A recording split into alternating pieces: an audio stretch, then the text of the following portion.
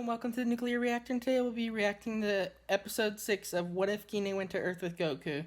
I hope y'all are enjoying this, and if you're liking my reactions, then like and subscribe, and comment below what y'all want me to react to next, and follow me on Twitter for updates to the channel and everything. Thank you. Hey Kakarot, hey Gine, stop monkeying around and start monkeying around. Hey guys, MasterCoX here. It's that time again to continue with the story Across Space. That has really garnered a huge following since its conception earlier on in the year. This was all purely by chance, mind. Now what was this what if change that I'm talking about here?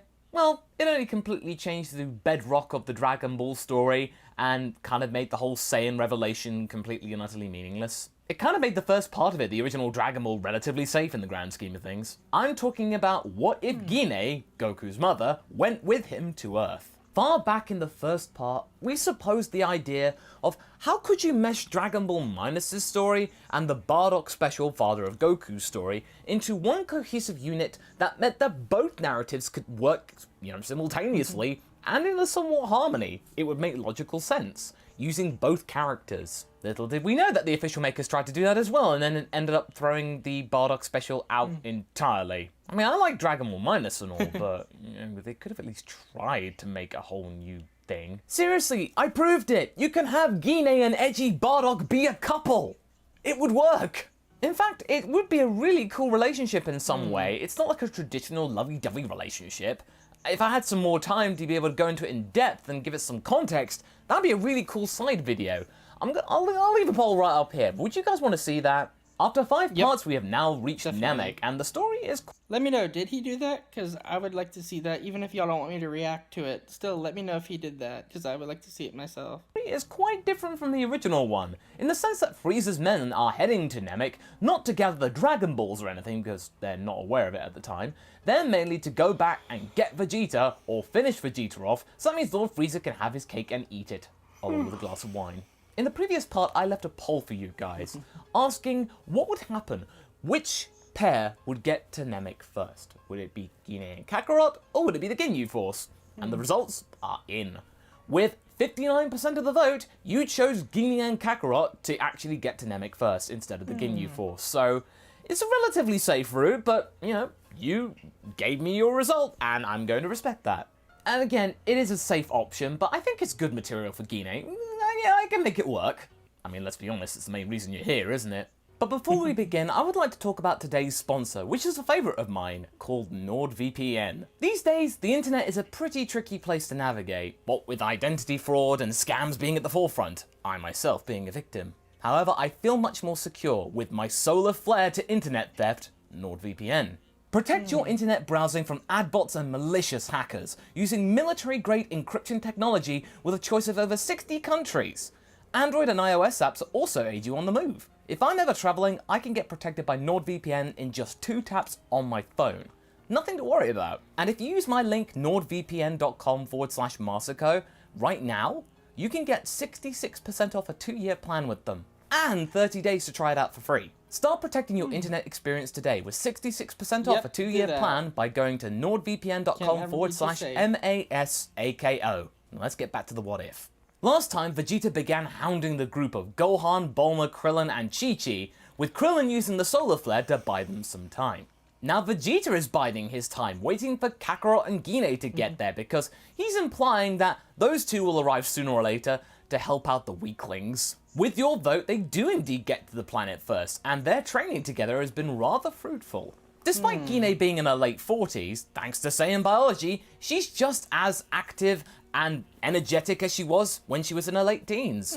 Which, means that they're in their fighting prime and they can just battle and battle and battle. Together with Kakarot, they're a very formidable team, and they just have gotten loads of gains in the week of their training. Now, in past what-ifs that have included the trip to Namek, I've always stated that if Goku or Kakarot or whatever he's called right now had a training partner in some way, that the multiplier that Goku got would have been much higher than it was in the original story, and it was already quite impressive there on its own. I usually say it can increase about 9 or 10 times instead of like 7 or 8, and that is the case here, with Kakarot getting up to around 99,000, well, may as well just be 100,000, and Gine getting to around 50,000. Now this isn't down to physical or narrative bias or anything. It's just simply the fact that Kakarot has just great genetics, because he's not only just got the sheer potential of Gine, he's also got the ability and determination from Bardock too. And Gine is plenty powerful herself. You know, she's a really strong character for this time in the story,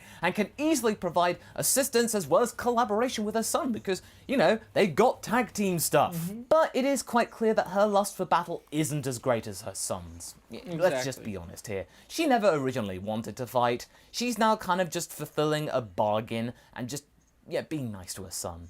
Still though, there is one thing that hasn't escaped her thought, and that she's now 100 times stronger than she was when planet Vegeta was destroyed.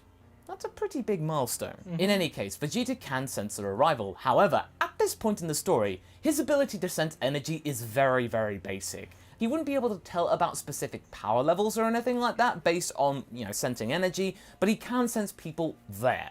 Luckily for him, though, he is able to try and take out the weaker twerps, because with Gohan sensing his father and grandmother arriving, therefore he's far too excited and immediately just goes off to try and find them with everyone else in hot pursuit, and Vegeta's like, "Ha, yes, even gooder." Vegeta finds the group in midair and then immediately kicks Gohan in the gut, and it says, "Oh yes, that felt good." He is asserting his dominance and saying, well, "I'm even stronger than I was on Earth. You thought you could beat me then? You can't now." They are toast to him. But he isn't aware of the fact that there's about to be an impending kick to his face from a rather irate grandmother, Gine. She then berates Vegeta for daring to harm her only grandchild, and then she realizes she kind of drop-kicked the Prince of all Saiyans. Oh my. Vegeta then gets back on his feet, or, in the air, and his eyes are transfixed on Kakarot. He is determined to right the wrong that happened on Earth and get his just desserts and show he is the Prince of all Saiyans and the strongest Saiyan around. He's going to do what he meant to do back on Earth, and that is to split and get mixed. You know how he never got to perform that moon trick? Well, he's getting to do it now. He calls upon the moon and he immediately transforms into the Great Ape to assert his dominance, because at this time Vegeta likes to do that. Now you're probably thinking, won't Gine go Great Ape as well? Well, she's aware of this. And there is no need to do that, because right now, Vegeta isn't all that powerful even in this Great Ape form. All the while, Gine's just standing there, arms crossed with the Roshi... What was that? All that powerful even in this Great Ape form. All the while, Gine's just... and Kakarot. Standing there, arms crossed with the Roshi glasses on, just thinking... This is just pitiful. Vegeta right now is filled with mirth at the fact that he's managed to get one over Kakarot and then just show Gine for what she really is. A true coward of a Saiyan. Not even worthy of being called a Saiyan. He is the true Saiyan elite, and he will stop at nothing for a great bat, and he's on the ground. Oh, Kaioken's a thing. Kaioken times 3 is enough to keep up with the brutish monkey, and Kaioken times 4? Oh boy, it's pretty much at this moment that it's all completely done. But we do get some exciting visuals of a tiny little Kakarot taking out this huge Great Ape. It's just really, really surreal. With Vegeta getting distracted and getting pounded, Krillin is now thinking, I should probably do something about this, and calls upon a Destructo Disc to cut off Vegeta's tail. Vegeta then transforms into his original base form, looking very battered, injured, and very, very flustered. This was all for nothing, and now he's damaged, careless. And he's now screaming even more internally because the Ginyu Force are now in orbit and are about to land on the planet. He is done for. Yeah, his ability to sense energy may be limited, but he can definitely sense 5 specific somewhat strong powers are coming towards the planet, and that can only mean one thing. But he's gonna come up with a plan for right now. And this one means that he gets to save face in front of these buffoons. So he's just going to think of something that will be a good bluff. And maybe he can get another escape plan. And then these fools can then face the meet against the Ginyu Force, and Vegeta can just escape. He tells the group that the Ginyu Force are with him, and that they're very keen to meet them and give them a good beating. Yeah, Gine ain't buying that. She knows about the Ginyu Force. She may have never met them specifically, but she's heard of them. Remember, she spent a lot of time with Bardock, and Bardock would have known about the Ginyu Force, so therefore she would too.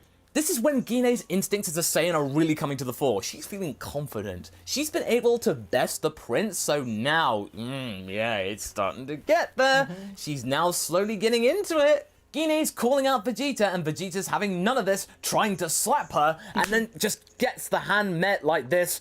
You know, Gine in her Roshi glasses looking really badass. This is one of her best moments. Right now, she is staring daggers at Vegeta, giving a look that only a mother can give a very naughty child. The only time that Vegeta's ever seen this before is from his own mother, and this is a very, very disarming stare. And besides, he cannot afford to get even more injured with the Ginyu Force approaching. Sure enough, Ginyu arrives right there and then to collect his prize, take Vegeta back to Lord Frieza, and then, you know, the Lord can just do whatever he wants with him. But what's this? Vegeta managed to grab a bunch of allies in such a short space of time?